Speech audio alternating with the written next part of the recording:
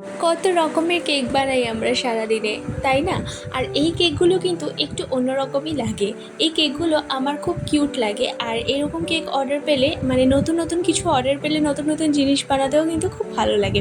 মানে এই যে কেকটা আমাকে অর্ডার দিয়েছিল আমার একটা কাস্টমার, কেকটার মধ্যে কিছুই জানা ছিল না, কিন্তু তাও কেকটা প্রচুর কিউট। কী ছিল সেটা তোমরা একটু পরে দেখতে পাবে, আমি না হয় মুখে নাইবা বললাম। কেকটার মধ্যে একটা বাস্কেট তৈরি করতে হতো নিচে, আর সেই বাস্কেটটাই আমি রেডি করে নিচ্ছিলাম। বাস্কেট রেডি হওয়ার পরই কিন্তু আসল মজা, মানে এই কেকটা কেন কিউট আমি বলছি সেটা তোমরা কিন্তু একটু পরেই দেখতে পাবে।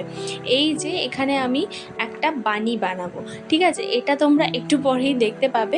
আমি নিচে একটা বর্ডার দিয়ে দিয়েছি। আসলে এই কেকটার মধ্যে কোনো বর্ডার ছিল না, বাট আমার নিচটা একটু ফাঁকা ফাঁকা লাগছিল বলে আমি বর্ডারটা এক্সট্রা করে আমি অ্যাড করে দিয়েছি, ঠিক আছে?